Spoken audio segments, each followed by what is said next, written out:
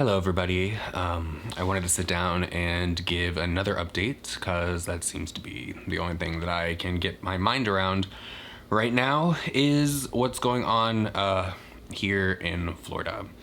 I know a lot of people are advising me to go to the hospital, and that is exactly what I did first thing today after I woke up. I went inside to like the entrance counter, the reception, whatever, guest services, if you want to call it that, and I was told basically the hospital doesn't have patient advocates like a lot of you guys were recommending for me to ask for. Something that's weird about that is I called the other day, and when I got the like desk services or whatever the hell it's called, I was told, like I said, can I please speak to a patient advocate for the ICU? What is this in regards to? What is this in regards to? Like a freak out, like you kind of were worried about them then, but now you're telling me you don't have them. They said that they do have these caseworkers, which I was contacted by a caseworker early one morning. I didn't even receive a missed phone call from this. It was just a voicemail that I received, and the phone number that was left, when you call it, it just rings and rings and rings. There is no answering machine. And when I was at the front desk today, I said, when she brought up caseworker, I said, yes, I was contacted by a caseworker one time. I tried to call her back numerous times, and to no avail. There is no answer on the phone. There is also no extension and no answering service for me. So I told her the lady's name, and for some reason that name could not be found in this book. I don't know if she really didn't look that much. I want to say this, the lady at the front desk was actually very kind and very gracious and understood the situation that I was in. She really did do a lot to help me. She was honestly trying to find the right person for me to talk to, but then it just came down to me not being able to talk to anyone except for the head nurse. And she called me while I was still in the lobby, and I guess maybe she didn't come down because she's in the ICU, the COVID unit, which is fine. I get it. That's fine. I didn't really want to speak to anyone from that unit anyways. I wanted to speak to someone higher up because I feel like it's unethical how you can tell someone that their death's door is here and it's going to be tonight, and then just ghost and not give any update. And when the family calls to get an update, you tell them they can't get updates about this, or you don't return a call. And when you make someone go 72 hours, ultimately, what it was before I even heard anything, it's like, that really f***s with you. It really f***s with you, and it's really changed my outlook on like a lot of things, especially regarding this. I'm trying very hard. Now is more of like a somber, like low, like plateau for me. Earlier I was in the shower just bawling, crying. I cried a few times today while we were driving. I cried after we left the hospital, after I talked to the doctor. And now I'm just like plateaued because I am exhausted. I want to sleep. I slept 2 hours last night. But every time I lay down and I go to like close my eyes, I'll put my phone down, or I'll just like have something playing in the distance just for a little bit of noise, because I like that. Normally I'll fall asleep watching a YouTube video or something. I'll close my eyes for like 2 minutes, and then I'll be right back up thinking, what if I miss a call? What if it's like the other time where they tried to call me? It was 6 o'clock in the morning in Vegas and I didn't have my ringer on. What if I miss it again? And I felt really guilty about that when I was in Vegas. It was stupid of me not to have my ringer on because of the importance of the situation, and it should have been on. I had it on all the other times, but I slipped it off for that time because I was getting so many text messages, and the ding, ding, ding was just too much. So I forgot to turn it on after I went to bed, and it was just, I don't want that to happen again, so I'm sleeping with full ringer right next to my ear in case the phone rings. I give them their own ringtone now, so it's not like anyone could be calling and I just like freak out and like run to my phone. They have their own ringer. Update on my mom is just the same. She's like on the final medication that they can give her to try to beat this, and I don't really think that things are improving too much, but I am not losing hope. God damn it. My mama ain't raised no bitch, and I know that my mom is a fighter, and I know that she was getting better and then she had that one slip up. So she has proven that she can fight this, and that's what I am here for.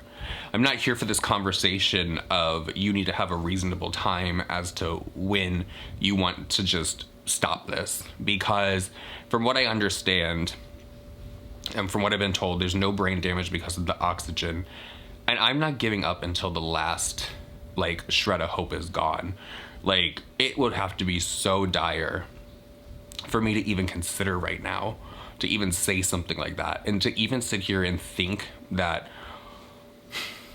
as you grow up, you know that ultimately something like this with your parents is coming. It's a fact of life. Everyone has to go through it.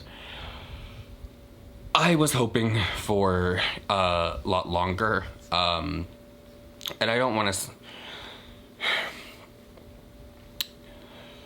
sound selfish, because I know that it's been worse for a lot of other people out there. I do feel very blessed to be in my 30s and still have my parents, just as I was blessed to have my grandparents that lived into their 80s. I was in my 20s when both of them passed away. I felt very blessed. I'm like literally sitting here with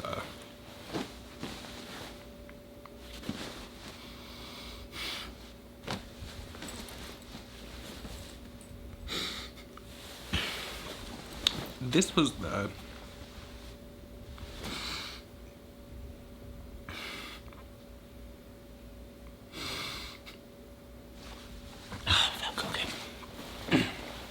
this was the jacket. It's very old school. It's very like early 90s, maybe late 80s. This was the jacket that my mom used to always wear when I was growing up. And I remember I used to always love just putting it on because it smelled like her. And I just remember going to church all the time, and it'd be so cold in there. And she would hand me her jacket and say, "Here, just curl up in this." And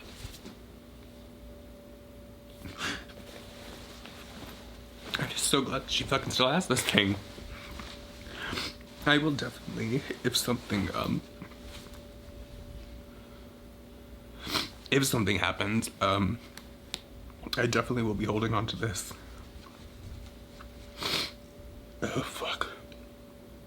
There was another purpose, for this video. And the only reason I'm even bringing this up is because I am so fucking disgusted. And I know that I say leave family shit off of the internet. This person is not my family. This person has never been my family. The only reason that she was ever introduced to this family is because of a marriage. And a lot of you have had the question of, was Nick's mom vaccinated, or is she vaccinated? And the answer is no. And I'm not gonna go into detail about why, but it had to do with a surgery that she had to have last year. She's getting to the point where she could have got it, and my mom was so fucking safe and cautious about it. Like the mask, the hand sanitizer, the washing the hands, all of that. My mom like really turned into kind of a health freak over the past few years because of the health thing that I told you about. And I'm not going to go into detail because it's nobody's business. Sadly, there are people that are unable to get the vaccine right now. I myself had to wait a little bit longer because, I mean, everyone has a health issue this, right? But during that time frame, this person that I'm referring to, who was a doctor of feet, and I am not trashing that profession at all. I'm not. I have so much respect for doctors and nurses, and I've been saying that this whole entire time around because I know exactly what they're going through as well. It has to be so hard to watch every day. But this person who likes to push her beliefs on everyone, about everything, about food, about religion, about politics, about the vaccine. This whole entire time that this has been going on, she has been in my mom's ear. Knowing that my mom has prior health conditions and could be vulnerable, telling my mother to not get the vaccine, to stay clear of it because it hasn't been long enough. They pushed this through so fast. What is it gonna do to you? I'll tell you what it wouldn't do to you. Probably not what's happening right now. And I found out that she has continued to tell my mother that. I have the text messages from my mother. I have everything. But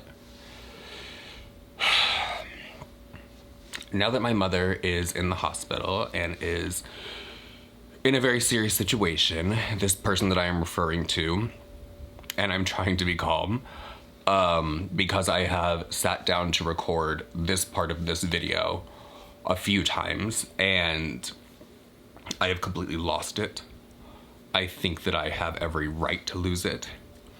And I think that I have every right to drag your selfish ass across this internet if I wanted to, but I am not going to say your name in this. And the only reason that I am even putting this in this video is because I know that sometimes you watch this, and I want you to know that you were never part of this family, and I wish that you had never walked into it or have even been introduced to this family. The whole entire time that you have come into this, you have pushed your beliefs on people, and look what it has got us.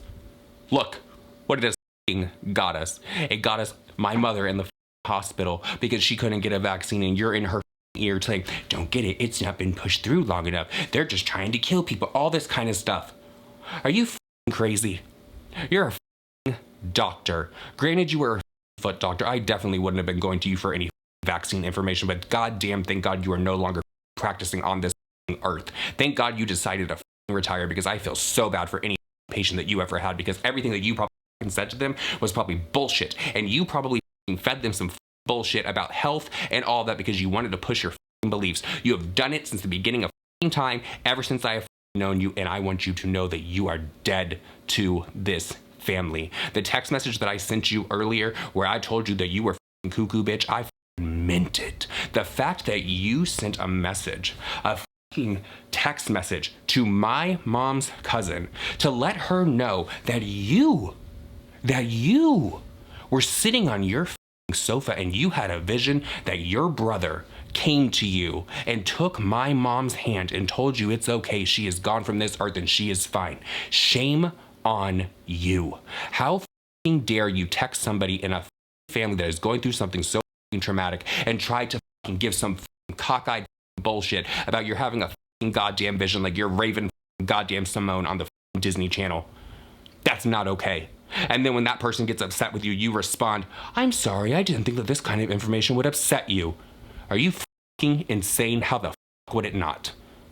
How the would it not? The only information that I need from you from here on out is where I can ship your brother if something goes wrong, because that is the last bit of information you were getting from this family. And I told you, if my mother if